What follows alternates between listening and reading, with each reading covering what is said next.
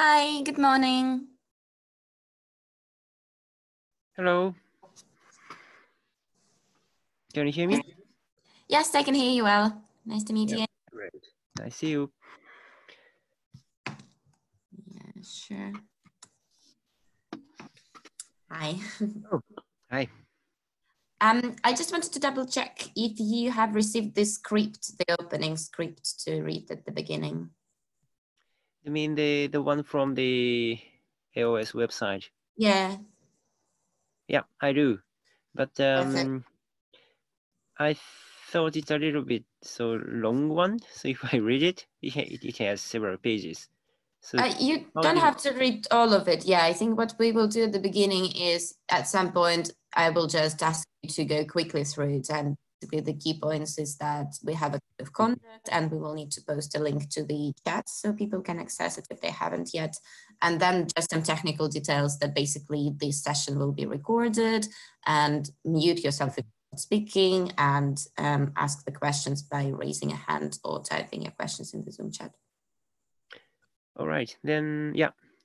So simply, I would ask the people to check the code of conduct, and then we'll go to the instruction how to do that. Yeah. Okay. Yeah. You can read the first few sentences of the script before the code of conduct. The circumpolar Arctic is the home to many indigenous people. But as you want, I mean, if you don't want to do the whole thing, it's fine. Yeah. Do we have different one for the AOS? I have the AOS2020 code of conduct for my. Yeah, that's the one. No, we just have one. All right. So statement of intent, starting from that. Yeah.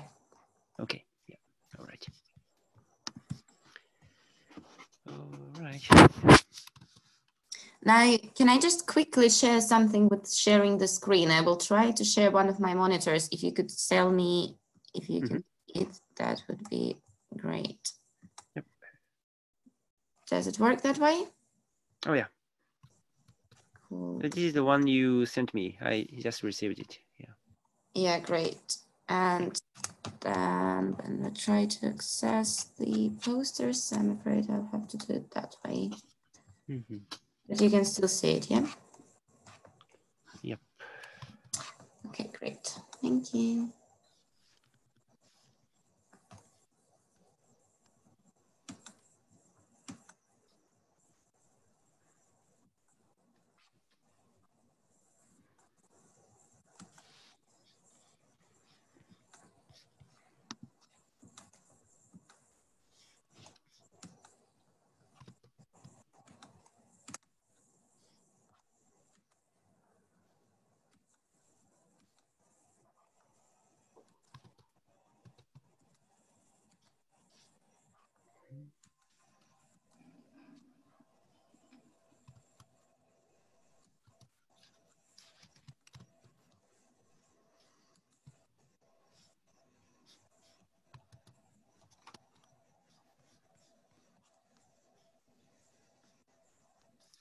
I'll go grab some coffee whilst we still have time.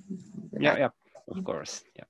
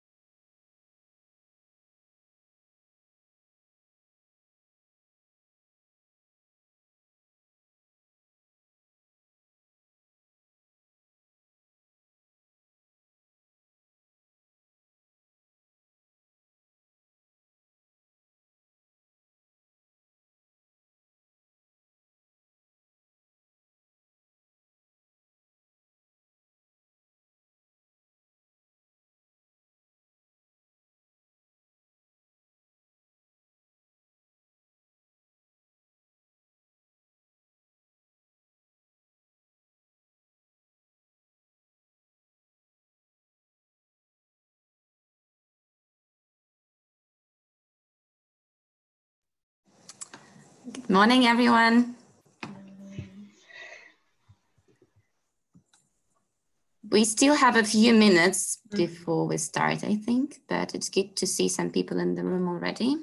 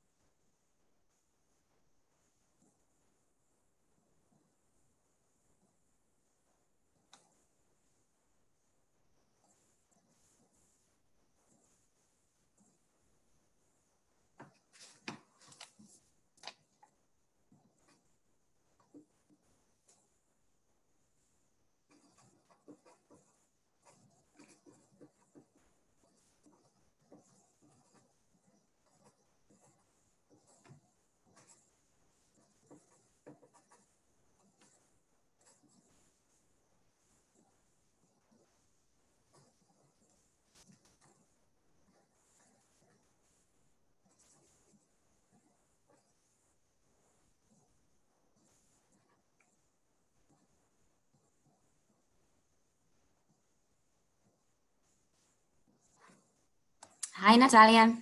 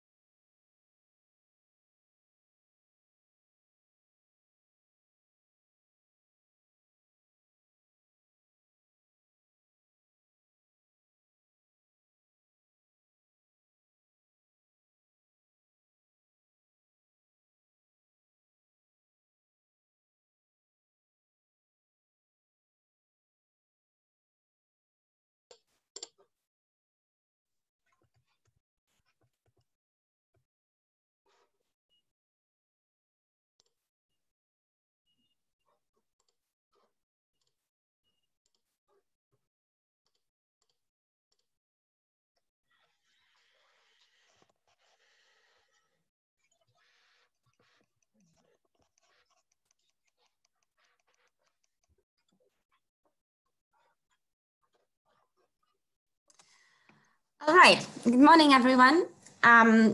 It's good to see you here. I think at the moment we only have 4 of our planned speakers for this morning, but I'm sure some people might join later. So I think we could as well start with what I have now. And before we go into the logistics and everything, first of all, welcome. It is the first Zoom poster session of AOS2020, and we are all not very familiar with how it will work. So bear with us if there are any technical issues. And yeah, before we proceed to the posters, we just wanted to make sure that you are familiar with our code of conduct. And at this point, I will pass on to our chat monitor, Tetsuo, who will give the link to the code of conduct and also go through some technical details of this meeting. Tetsuo? Yeah, hello everybody. So welcome to this poster session. So as Anna introduced, so we will very quickly go through our code of conduct. So which on the chat monitor, I put the link to the full document. So the circumpolar Arctic is the contemporary home to many different indigenous peoples. As researchers and others who are working in or reside in the Arctic, we recognize these lands and waters as the mostly unceded traditional homeland of the indigenous peoples. It is the responsibility of each of us to learn, know, and gain better understanding of the indigenous people and cultures with which we engage. So with that in mind, let's engage in open-minded community building collaboration as described by the SSW Code of Conduct. So in the chat window, so we have the link to this PDF document. It is a little bit long one, so with a few pages, but so if you have time, please go through this document. It's a very nice one. So I would go to the some logistics. So now you have joined with your camera on and audio muted. But once we started the session, so I would really recommend all of you to your camera off and keep your audio muted. That will help everybody to make the internet weight very light, and we can communicate smoothly. And so how to mute? So for the moment, I see everybody is from the PC, but the if you connect through the telephone, so press *6. Then those who joining from the phone can mute your telephone as well. And so please avoid the echo. So if you have, especially if you have two systems like smartphone plus PC, then if you have the both sounds on, then you can have you will have the infinite echo, which is very annoying for everybody. So please avoid the echo. And you can find your controls of the Zoom at the bottom of the window. You can find the chat button and also the participants button. So both of them are useful during the meeting. And very right end, you have this response button. So if you need them, so please use it. It's a little bit fun.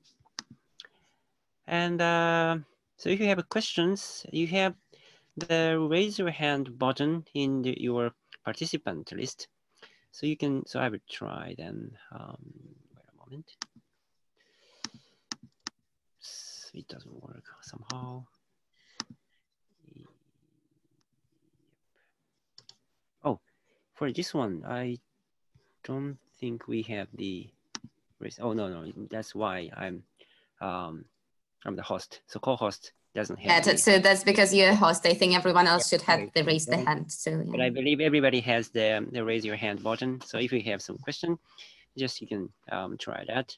And I'm as a chat monitor looking at this participants list. So when I realize your hand, I will let everybody know.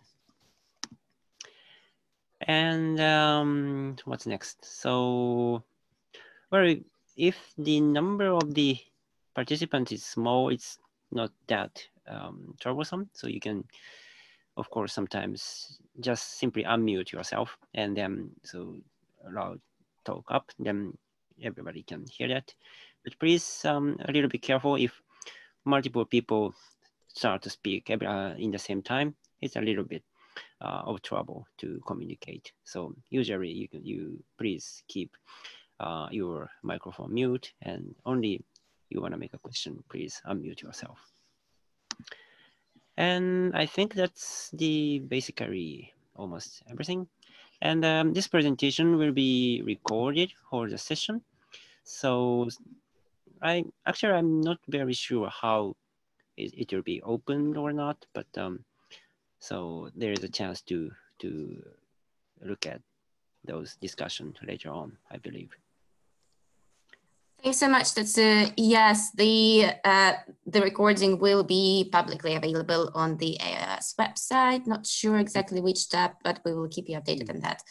And yeah, thanks, Gabriel. And considering that this is actually only 8 of us at the moment in the room, I wouldn't worry too much about turning your camera off and things like that. So yeah, we can be pretty relaxed about that. So what I will do now is I will share my screen with you. Can you see it? Yep. Great. So yeah, this is the plan for today. This is the observed science session of the poster, the observed science room of the poster session. It is a fairly multidisciplinary session. We have a few posters on various topics, showcasing case studies of what is called observed science or the study of change in the Arctic. And we have 2 hours to go through all of them. So initially we asked you to prepare a short 1 to 2 minute introduction to your poster, but again, I wouldn't worry too much about the timing at this point. And if you want to spend a little bit more, up to 5 minutes, this is perfectly fine, feel free. And yeah, what we will do after is we will, if anyone has any immediate questions, we can spend several minutes discussing them, and then we'll go through all of session and then have an open discussion kind of thing. And also, if you're interested to have a look at the other rooms, feel free to do that. Here is the link to the schedule and the link to another Zoom rooms that we have in this morning session. Finally, I have the links to all of my posters here. So what I will do is just open them and try to navigate them. But if you prefer to share your own screen, if you want to do zoom into different parts of the poster or somehow, I don't know, have any other kind of presentation, just let me know. That's totally fine. You can share your screen. All right, with that in mind, I think we could get started. I don't think that I could see either Igor, Vasily, or Vladimir in the chat with us just now. Is this right? Okay, then I think we will start with Natalia with the poster on data of the methane content in permafrost, results of the monitoring in the Western Yamal in Russia.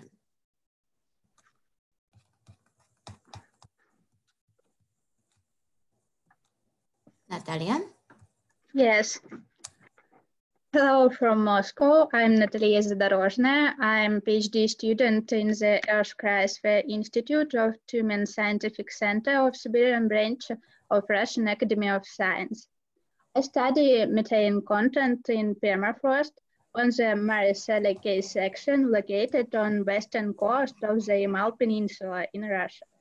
The coastal cliff is composed by quaternary deposits with ice wedges and tabular massive ground ice.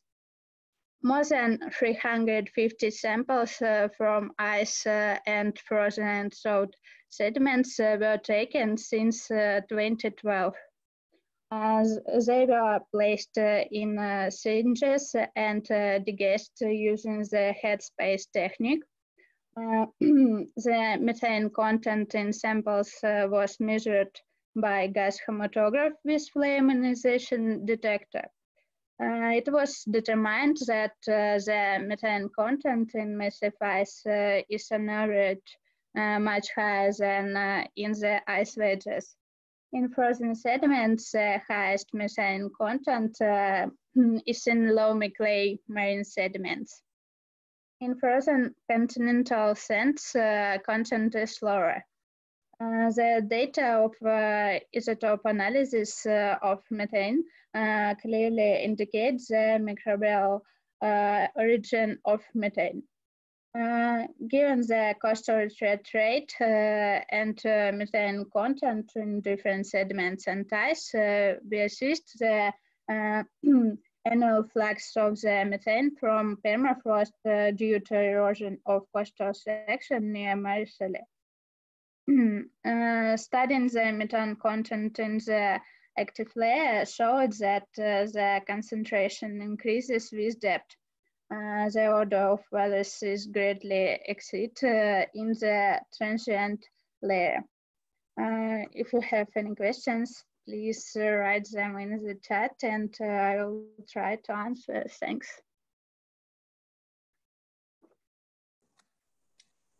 Thanks so much, Natalia. Actually, I think if you have any questions, you could just speak them out loudly. I guess I will start with the questions. So in terms of generally permafrost and methane in the Arctic, there has been a lot of discussion about how it could potentially lead to increasing the effects of the global warming, the release of the permafrost methane. Do you have an opinion on that? The methane emission due to the coastal retreat is high, and I think that the study of the SEM is very important. Thank you.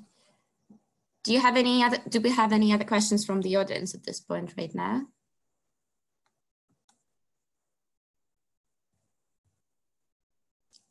Not yet, that's fine.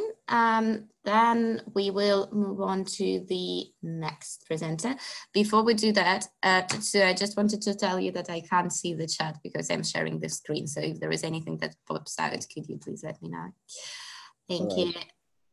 So next we have Olga Konovalova from Lomonosov Moscow State University Marine Research Center with the post about macrobentic and megabentic communities of the Voronin through in the northeastern Kara Sea.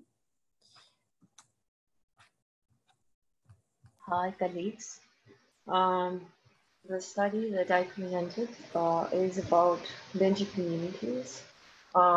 This survey was performed in 2016, and we made complex study. So it was a study of benthos communities and ROF studies. So we prepared video of the bottom and studies of ground sediment, of the bottom sediments, and multi-beam survey. So we can conduct all the studies into the one complex distribution of benthos. And the main picture is this blue one. You can see, yes, yeah, this one.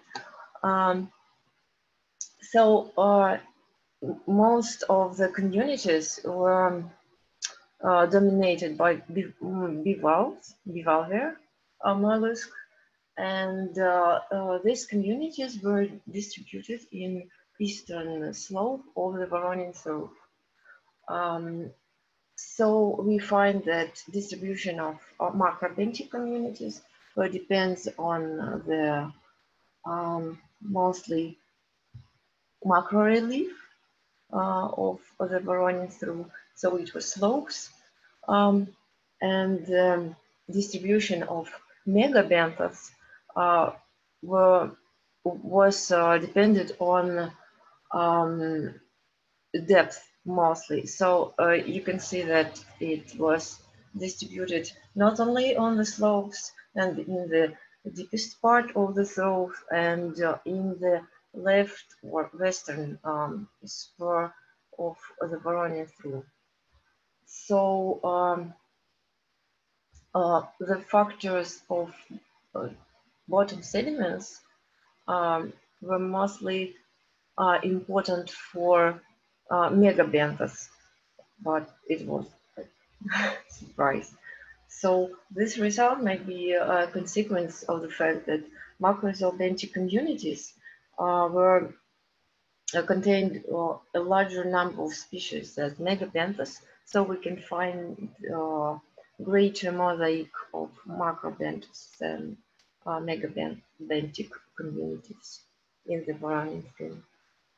Thank you.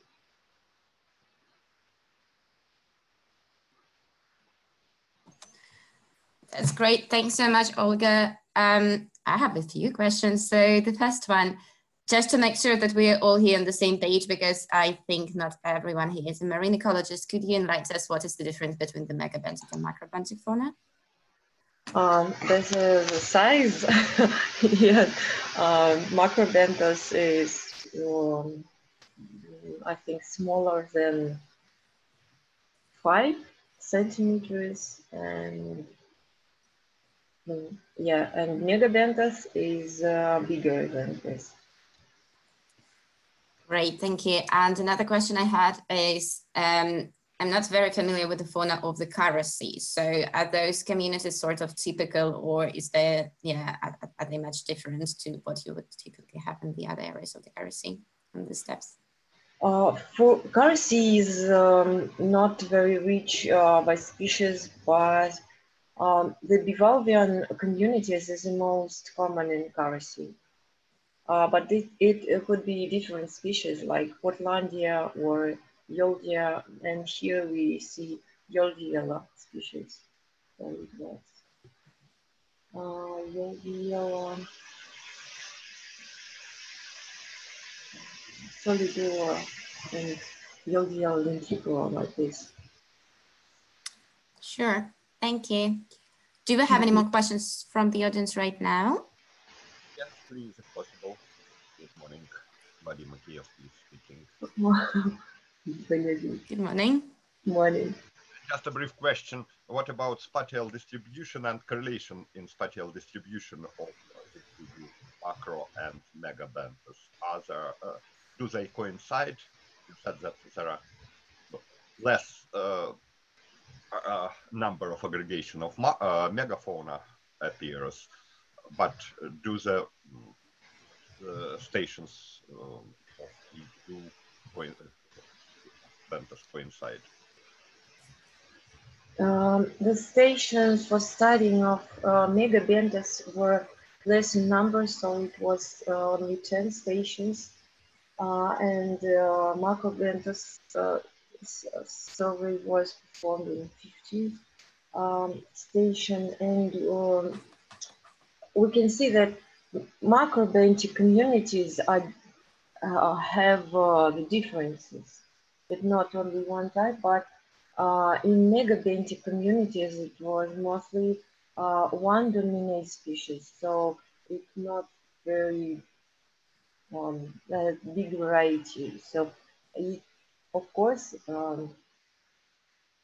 the distribution of communities correlated, but we can't see definitely is it because we couldn't find different communities of megabenthos. It's communities of megabentic is not very rich here. Maybe like this. Thank you. And the second question, you said a couple of words about a side scan sonar, but I do not see any results from this part. Do you find correlation between sonar signal and benthic distribution? Can we use side scan to predict distribution of benthos in these conditions? A little bit result of this. Yeah, we can see that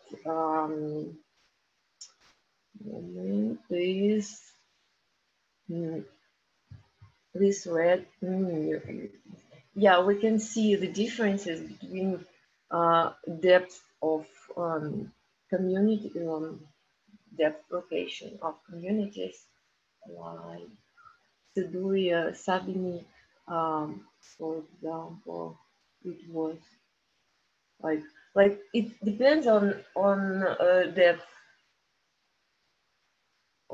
distribution of macrobenching community, depends on megabit, depends on depth. Okay, thank you. Thank you, Olga. It's not. I'm sorry that it's not good to show you in this picture. Thank you. Right, thanks so much, Olga. I'm glad that we had a few questions here, but I think at this point we could move on to the next speaker. And then if we have more questions, we can discuss them in the open discussion session. So I think we have Vladimir Kazantsev, who now joined us, which is great. And we will move. Hi, Vladimir. Yes, I will share your poster from my screen if that's okay, unless you want to do it yourself. And yeah, Vladimir will be talking about the lake seeps of Yamal Peninsula as a source of atmospheric methane preliminary data. Yeah, the floor is yours. Okay, is it good sound?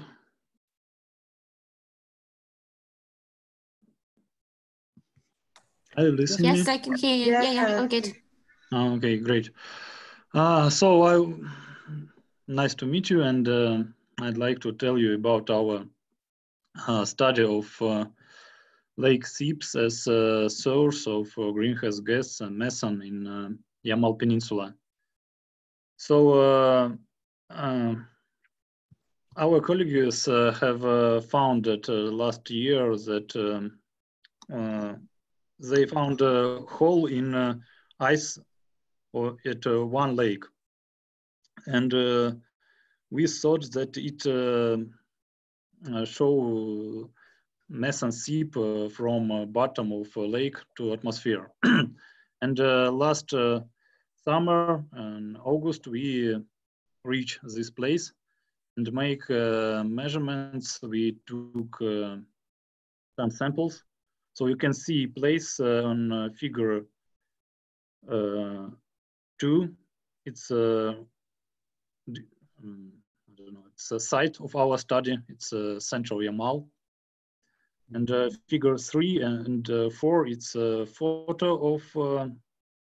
It's picture of lake. And figure 4. It's a bathymetric map.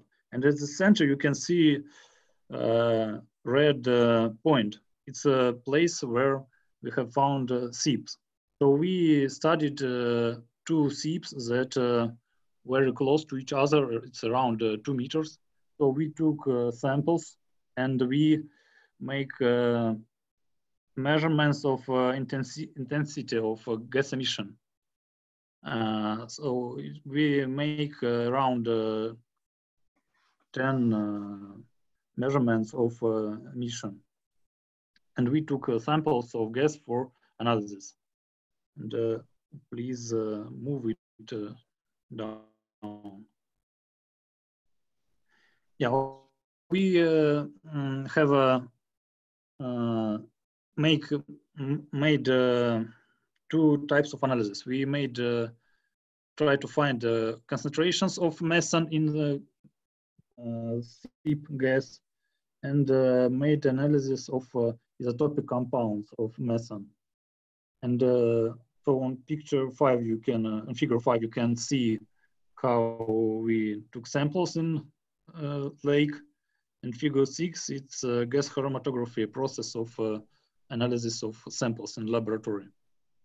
And the results was that our methane have biotic genesis.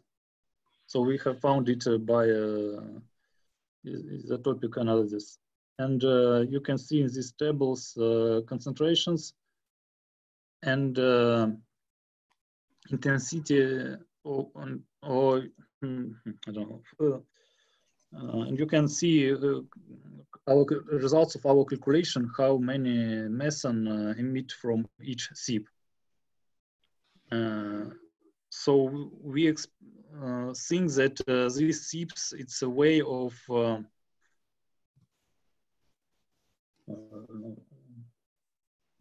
just a minute, please.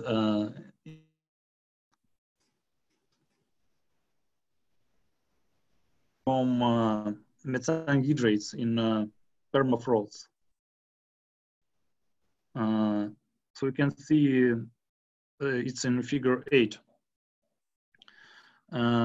So we, in conclusions, we wrote our results. That's concentration of methane, it's around 100%. And emission from SIP number 1, we estimate around 65 kilogram of methane per year, and total emission of methane from SIP number 2 is around 45 kilogram per year. Oh, that's all. Thank you. That's great. Thanks, Vladimir. It's good to have another poster on methane, so I hope we'll have some kind of conversation here. And I'll start with the first question. So you're talking about SIPs in the lakes. Do you have any rough estimates of how much of a contribution do lake SIPs contribute to overall methane emissions compared to ocean? Okay, no, we have no these estimations, but our task for near future is to make this estimation. So we plan this year field season to make measurements on other SIPs around this lake or other place, and try to calculate using satellite data how many SIPs in Yamal Peninsula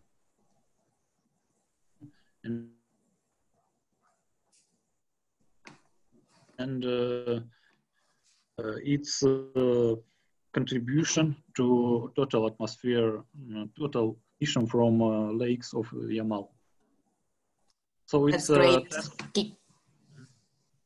Keep us updated on the results. This is super interesting. Okay. Another very quick question. So you said that you predict that main source of the methane is methane hydrates. Have you seen any, or have you? Yeah. Do you know that they're there? Do you have any like practical evidence?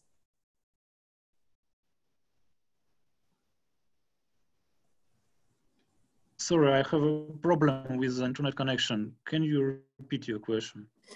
I was just following up on the methane hydrates that you've mentioned. Have you seen them, or have you found them? No, we just use literature data. So it's a region of Bavaninkovo gas field, and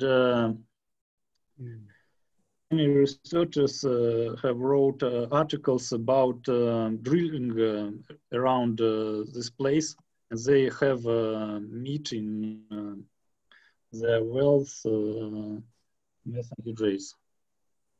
So we don't know other sources that can provide so many intensive emission from one point in this region, except methane hydrates or gas storage in frost. Great, thank you. Do we have any more questions from the audience? Yeah, I have a question, please. Vladimir, I have very common question from the gas drills industry, I think. And could you distinguish the gas that emitted from the lakes, from the permafrost, and the gas that emitted from the deep layers of gas field? So is it possible? Yeah, I think yes, because to find the genesis of this methane, we used isotopic analysis of carbon of methane, and hydrogen of methane. And on the figure 7, you can see red star. It's so it's on this diagram. It's on methane of biogenic. So it means that it can be from methane hydrates or just methane stored in upper lower of upper layer of permafrost. Okay, amazing. So what's the volume of samples that you collect for the isotopic analysis? Sorry, can you repeat your question? What's the volume that you collect for this analysis? We use 50 milliliter cylinders, and we move these samples to 15 milliliter glass vials. So we keep our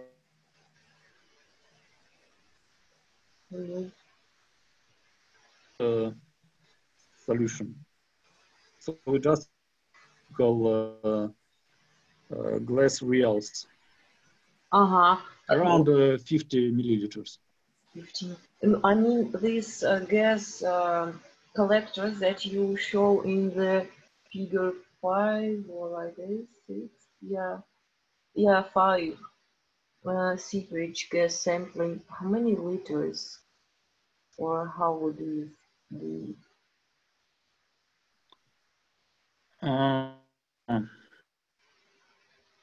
So you're asking about technique of gas sampling? Yeah, okay, I'm sorry for these questions. It's so interesting. I think I will, could I write you this? Oh, of course. Yeah, thank you. Answer Yeah, all questions. Everybody welcome. Please write me. Yeah, thank you very much. Thank you. Thanks, Vladimir. Do we have one last question from someone else from the audience? Maybe not just now, and then we will move on back to the bottom of the page. And I think next on we have Alexandra Kokorin, also from Marine Research Center of Moscow State University, same as Olga Konovalova, with a poster on UAV usage for integrated environmental mapping of coastal areas and the case study of the White Sea intertidal zone. Okay, the floor is yours. Ladies and gentlemen.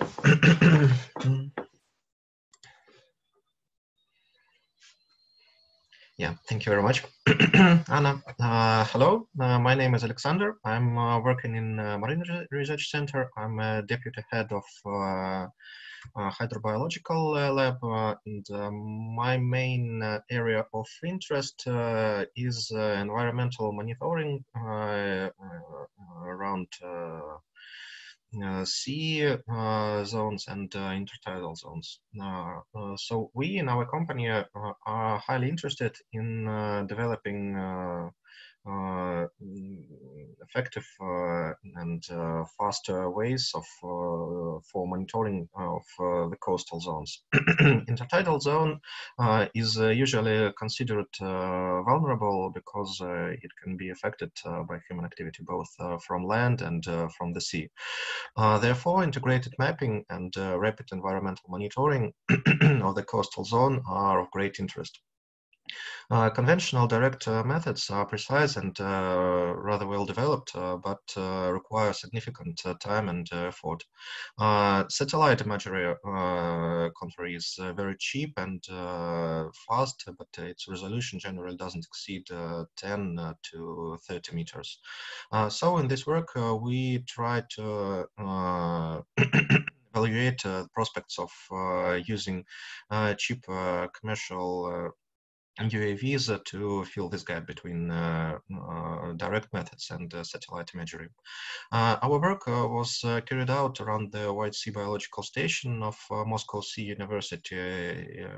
You can see the map in the upper right corner of the poster. It's located in the Kandalaksha Bay, and we tried to include different types of the coast in our work, from rocky and fjord to cumulative. The survey was performed using cheap commercial drone Phantom 4 Pro, which was automatically controlled by drone deploy program.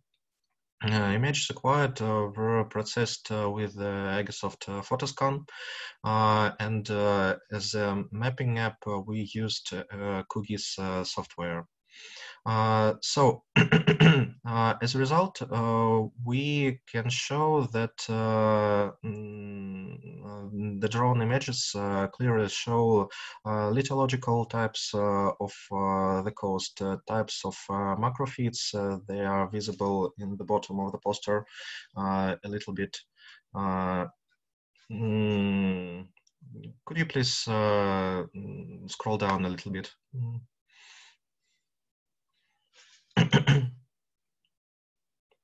Yes, a little bit more.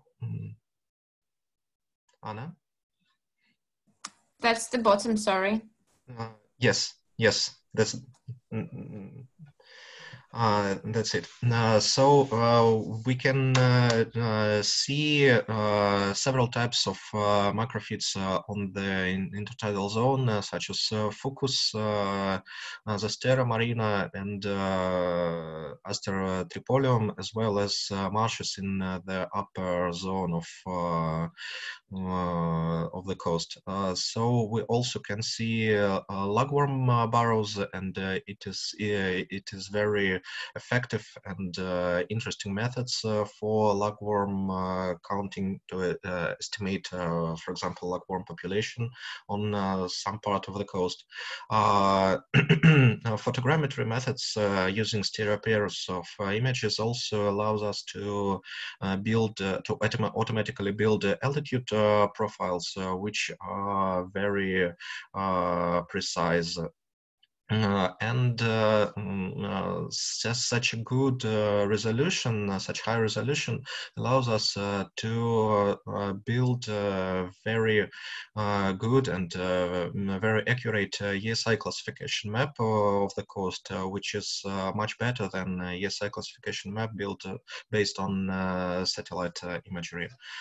So, as a conclusion, the drone and drone surveys are of high value for the following tasks: biological, geological, integrated habitat mapping of the intertidal zone, periodical, including high frequency monitoring to assess, for example, daily, seasonal, or interannual changes, low cost and accurate assessment of macrofeed and some large invertebrates populations, better classification of the coast according to ESI scale. If to speak about problems, well, drone imagery is still much more expensive than satellite, for example, because you need somebody to go to the area of interest. It depends on weather conditions, for example, such as rain and strong wind. But we could recommend this method for some small and endangered regions, such as natural reserve parks or, for example, oil and gas terminals. Thank you.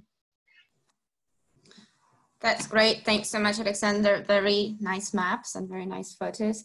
I have some rather technical questions. So could you tell us a little bit more about this drone? Like, how far can it fly? How long for it can fly? And also you say that it is like a rather cheap drone, commercial drone.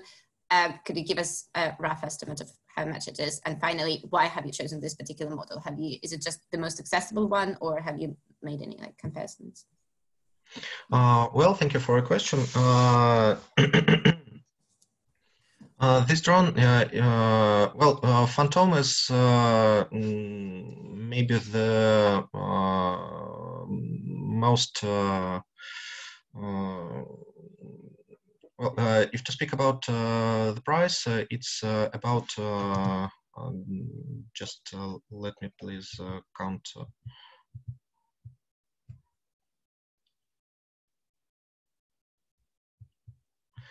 It doesn't exceed, well, it depends on the model and completion, but it doesn't exceed $2,000, usually from 1,000 to 1,000 and a half. Well, if to speak about professional drones, it's very cheap. It is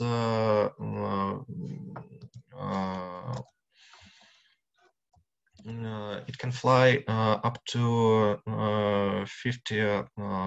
500 meters high, but the best results we acquired using about 50 meters height, and it can fly directly for 2-3 kilometers from the receiver, from the operator, but usually the distance is quite smaller, because any problems, anything between receiver and drone highly affects the effectiveness of signal, and you can lose it. So we decided to use this because Phantom drones are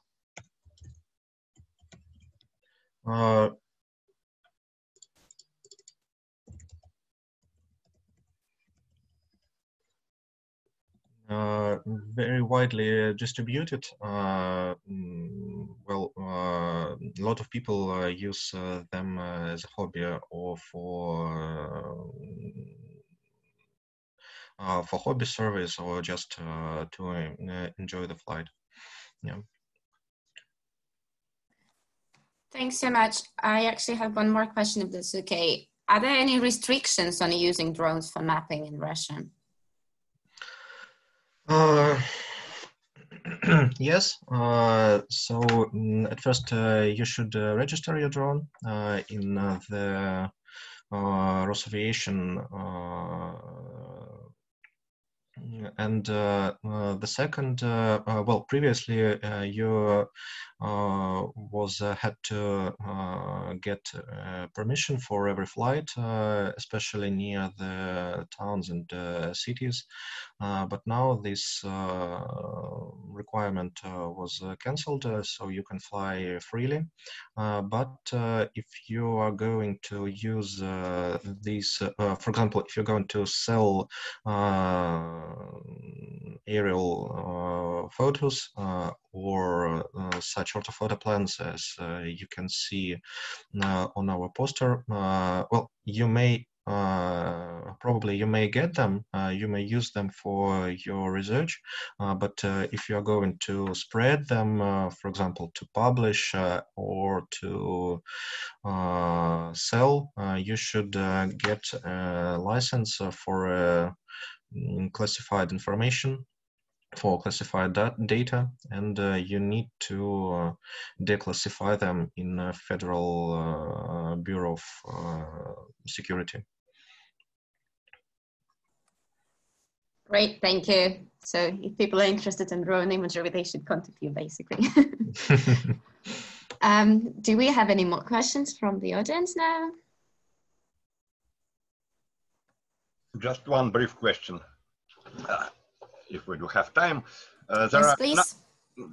There are a number of classifications of coastal zone. You use ECI classification, but apart it, the classification of geomorphological types does exist. Classification of benthic communities of intertidal zone does exist. Did you try, or are you going to try to increase the number of map produced from your ortho plan? Thank you very much for a very interesting question. Yes, of course, we are going to continue this work. We are going to try to build new maps.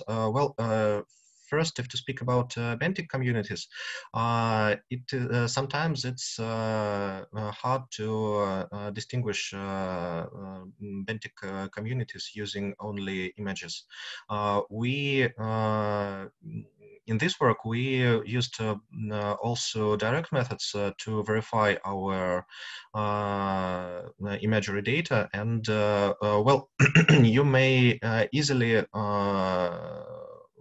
map lugworm burrows, for example, but if different Bentic communities will be settled on same ground, on the same types, lithological types, it may be a problem.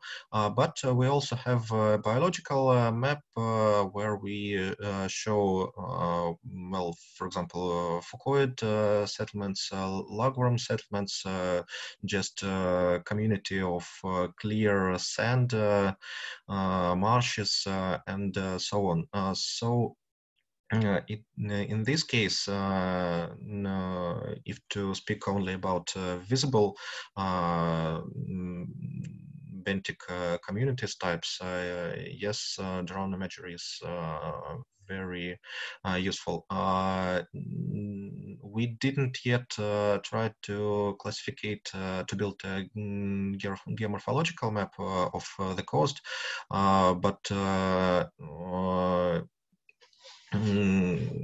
if we have good altitude profiles, I think it won't be a real problem. And yes, we are going to try to evaluate this method too.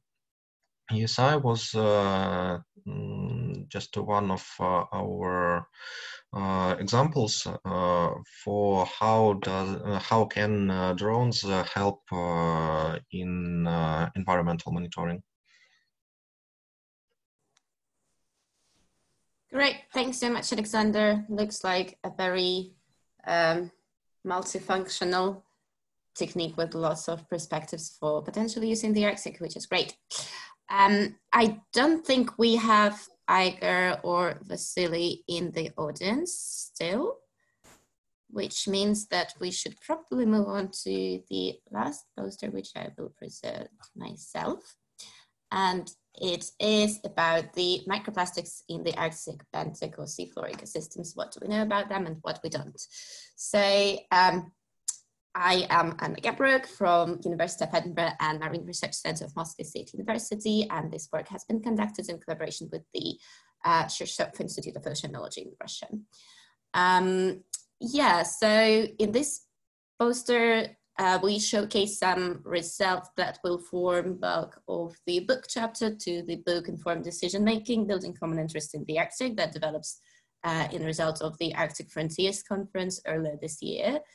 And in this study, we are focusing on microplastics in seafloor communities, and it can be divided into 3 parts. So in the first part, we are doing literature review and gap analysis on what do we know about distribution of microplastics in the Arctic and what we don't, particularly what do we know about sources of microplastics and their fate in the ecosystem, so what happens with the microplastics after they enter the marine environment.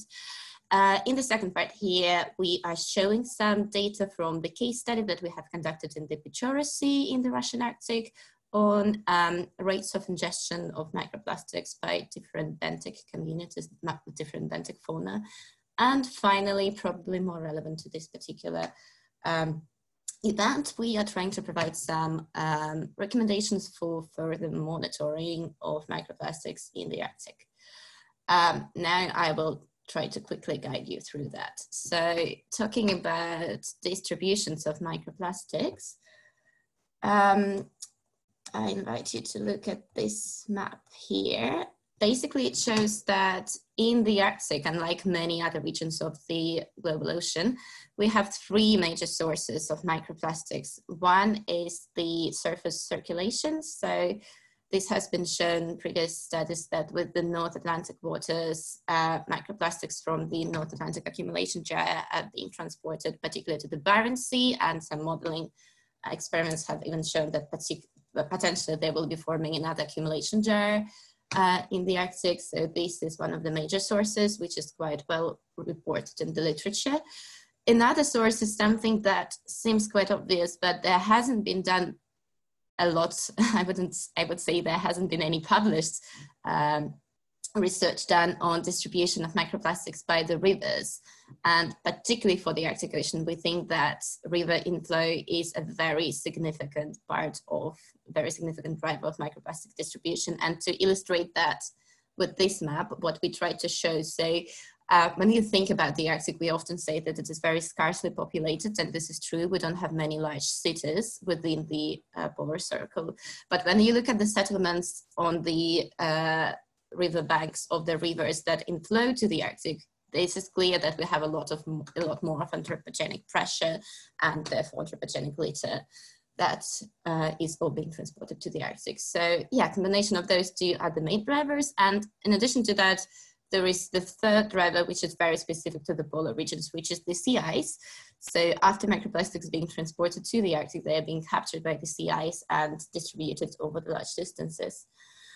But when microplastics enter the marine environment, sooner or later they are being captured by the food webs because they respond to the prey size of the items that zooplankton prey on. And yeah, so basically ingestions by zooplankton is a pathway for transfer of microplastics into the pelagic food web. And what happens next is we sort of try to demonstrate on this diagram that shows that ultimately seafloor is predicted to form the global sink for microplastics. So either as a result of direct sinking, if those particular particles are heavier than water, or as a result of partial degradation or by falling, or as a transport through food web, sooner or later, most of the plastics will end up on the seafloor. And as a result, there will be some interactions with the benthic fauna, and the type of this interaction is basically determined by the feeding mode. So it is important to understand that benthic communities shouldn't be treated as just one thing, because they're very diverse and there are many animals that have different feeding strategies, and the way that they accumulate plastic is different. And to illustrate that, we have conducted a case study in the Pechora Sea. So we have looked at 154 specimens of macrobenthic fauna. And what we have discovered is that the average rate of microplastic digestion was about 20%, 21%, which is quite high. But what is even more worrying and relevant, particularly to the working group 3 that is looking at food security, is that the highest rates of microplastic ingestion were shown by so-called benthic omnivorous, which includes benthic crustaceans. And particularly this one here, the snow crab, which is the commercially harvested species in the Barents Sea, in the Russian sector of the Barents Sea. So in our data set, the snow crab had shown 35% of ingested plastics. So basically every third crab in the Barents Sea have some ingested plastics, which obviously show that it potentially could lead to passive consumption of microplastics by humans from the food webs, and we don't really know consequences of that yet. And just to wrap up some recommendations for further monitoring, the first thing that we wanted to bring to the attention is that definitely ingestion rates of microplastics by benthic fauna should be considered as globally significant indicator of microplastic pollution. Currently, under the CDGs, the Sustainable Development Goals, only the floating plastics are considered. And as we know from this case study and broader literature, seafloor is very important. So we think that should be incorporated as one of the targets. And more specifically to the Arctic, we have come up with the set of the research questions that we think should be considered in local, regional, monitoring programs, such as the Regional Action Plan on Marine Litter in the Arctic produced by the working group of IASC. And this question includes the role of riverborne and icebound microplastics in the Arctic, the role of riverine plumes in distributing surface microplastics, then ecotoxicological consequences of microplastic ingestion by different fauna, and particularly by the commercial species. And to make this happen, what we think should be done is, first of all, we need to have harmonized approaches to microplastic monitoring, because there is still quite a lot of different techniques and different parameters that could be used. So it is good we need to make sure that we collect data in the same way to make it comparable. And in order to do that, we obviously need to have international collaboration by different group of experts working on the plastics in the Arctic, which is currently happening. So this is great. Yeah, I think that's it from me now. If you have any questions, I am very happy to take them. Yes, please. And will you please tell us which method could be used to distinguish microplastic by its origin? I mean, terrestrial, or coming from fishing gears, or from whatever other sources. Okay, thank you. This is a very good question. So what we're talking here is the chemical identification of the plastics. So with this particular study, we have just used dissection and digestion to distinguish organic matter from plastic. So we would just see fibers like that, but we didn't go any further. What can be done as the next stage, we could try to identify type of the plastic polymer. And to do that, the most common technique is spectroscopy. There are different spectroscopy techniques, including Raman spectroscopy or FTIR, that would tell you the type of the plastic. So it doesn't exactly say the origin, whether it is terrestrial or iceborne, which is why we put it as an important question on the agenda, probably just looking at physical characteristics of big sets of plastic items from these sources would enlighten us on that. But at least the type of the polymer could be then linked to major industries. For example, we could predict whether it is a fiber from clothes, or whether it is part of the fishing gear, or from litter like bottles and bags and things like that. Thank you.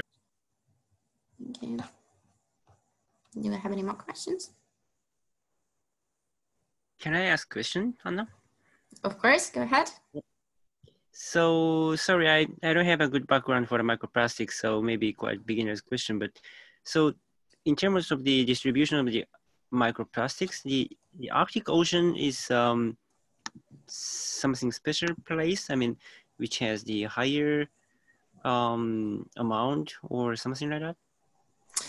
Yes, thank you for the question. So basically in this field, everyone is a beginner, because the first ever publication on microplastics in the Arctic was only published a few years ago. And basically before 2016, we thought that Arctic Ocean is this pristine area where we have no microplastics, which is not true, because at this point there have been publications on different parts of marine ecosystems in the Arctic. So the plastics have been found in the sea ice, in the bottom sediments, in the water column, both in the surface and in the subsurface, in the sediments and in fauna. So basically we know that they're present in the Arctic.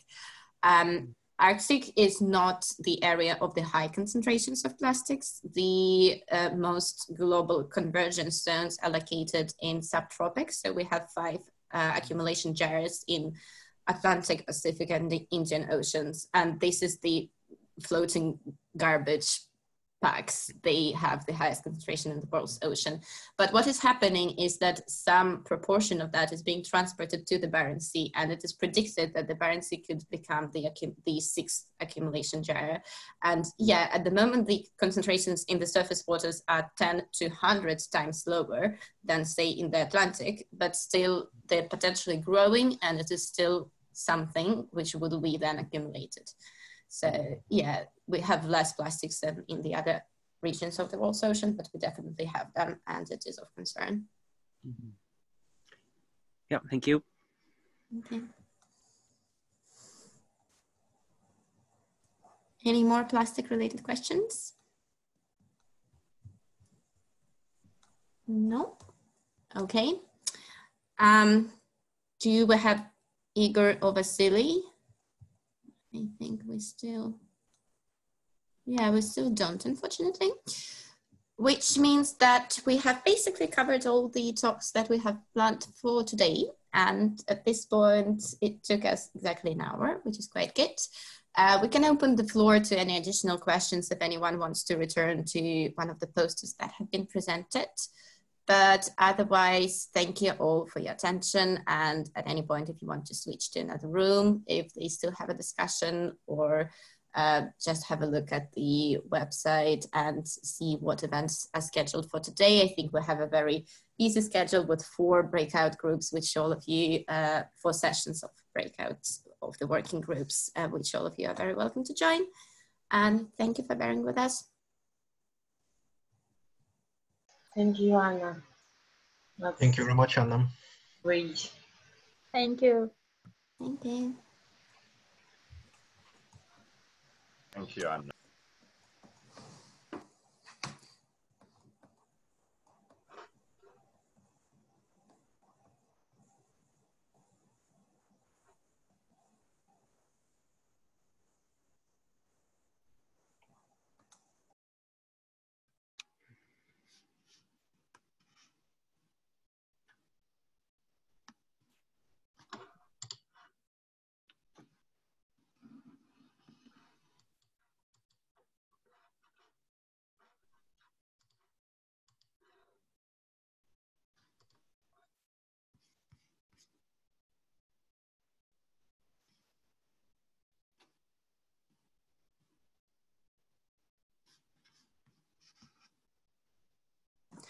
Okay, it looks like we don't have any more emerging questions, so I think we will stop the recording now. And yeah, thanks all again.